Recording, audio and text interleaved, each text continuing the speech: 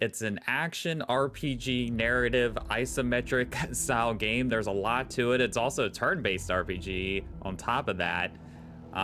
It's about a character you play. It takes place in Poland in the early 1900s, and you're trying to figure out what's happening with the main character's father. The main character's father has died, and you're kind of sort of a detective trying to figure out what happened. And you kind of find out that father was well liked by people, but also not very well liked. And what's going on here? Something seems a bit off. And the main character you play, he gets this sort of Assassin's Creed detective mode where he can sense things around him, and he's very observant. And he also can see kind of these evil sort of dead spirits. And through these dead spirits, he can use these powers and deduct clues about people, and he also uses them in combat as well. And as you go through the game, you kind of collect more of them. There's an upgrade system to it where you can upgrade the action elements of it or the investigation elements of it. There's a lot of choices here with upgrading your character and how you use them. The game looks really good. On PS5 is what I played it on. It looks pretty solid. There is characters in this game whose names you might recognize. People that you might know from history are in this game, even like right from the get-go. There's a prequel chapter before the game even begins, and you get to the title sequence. It's a good hour or so. Right from the get-go, you meet a famous, well-known character from that time period, and it's kind of interesting to interact with these historical figures in video games to see how they're always kind of portrayed. And I'm really liking the game so far. The action RPG element makes it interesting because it is a turn-based, like third-person sort of JRPG kind of experience. It reminds me of like playing a like Romancing Saga or something like that in terms of the combat, where it is the character goes, your character, and the other characters go. You see who's gonna go in order. There's strategy, like you have focus that you can use to wear down enemies and like weaken them down, and then that makes your attacks more powerful. And what I appreciate too about the action in this game as well is that most attacks are just punching people in the face. And that's what makes it a little bit different than like say a JRPG. The main character you play, a lot of his base attacks are just quick punches, hard punches, gut punches, and then you can use these spirits as well. Some do like slice and dice or like squeezing or something like that to kind of counteract enemies as well and attack them from behind. So it's a strategy of using the main character, and then your party essentially is kind of like the spirit that you have to choose with you. And you can kind of switch spirits in mid-battle depending on what course you want to take and how your strategy is. And it's kind of fun. You know, I'm playing it on the like normal-ish difficulty. So there's only been like one time so far where I've gotten a hit where I'm like, oh, I might, you know, not make it through this battle. But it's just kind of fun just to run up and punch dudes in the face, and that's really all you need.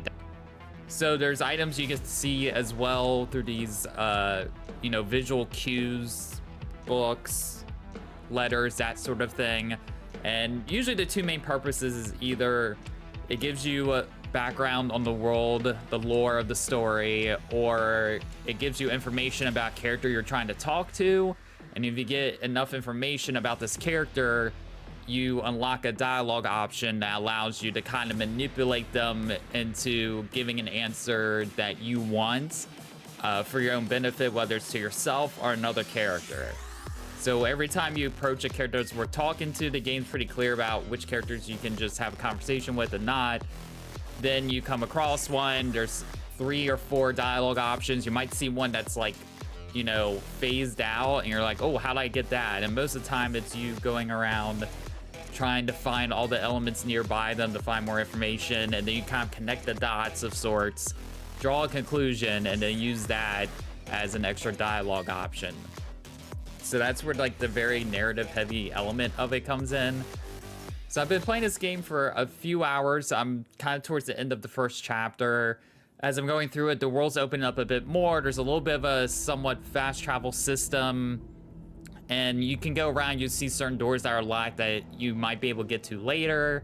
I've had like a side quest or two, but not an overwhelming amount of them. Sometimes you're just kind of walking around and to kind of discover them on your own. Sometimes the game itself tells you about them. So it feels like there's always like something to do, but I'm not too overwhelmed with stuff to do. And I could feel like, oh, I could explore this a little bit and then go do this main mission. Or if I do explore side quests, it's not gonna really take that long to do. A lot of time I'm just going to another place and having another fight and then finish with the side quest, got an interesting story, and then back to the main quest. I feel like I'm not getting too dragged or put off the main quest too much, like a big open world game or something. You know, a lot of the side stuff really is just finding all this lore and textbooks and reading this stuff. That's what's been for me so far, at least. And if you don't like learning lore by reading a lot, then you might get a little bit less out of this game, because that's where most of the lore is told. Some of it through dialogue, but that's where most of it is told. There's also like cutscenes that the main character is having, kind of these visions and that sort of stuff. And so there's always some sort of spiritual, otherworldly element around. In that sense, too, it kind of reminds me of Banshir's Ghost of New Eden a little bit, what I kind of liked about that game. So here's what I think about the game, at least up to this point. If you've played Disco Elysium recently, I would say you might not want to hop into this game just because of its similar tone and vibe and kind of what the story elements are. Even though the gameplay is completely different, it might be a little bit too much of the same in that sense. So if you haven't played Disco Elysium or it's been a long time, I definitely recommend giving this game a shot just because it is a little bit unique and different. It's like an amalgamation of a bunch of different elements, and they seem to so far be working pretty well together. And I'm curious to get to it myself to see kind of where the story of this character goes. At least on console, it's worked fine. I haven't had too many issues loading in or anything like that. It feels like the game loads pretty quick for me. It's just so unique and different. And then if the combat just it doesn't fit for you, then that's okay. You still get a decent, solid story out of it. And there's enough of the detective mode there going on to keep you interested.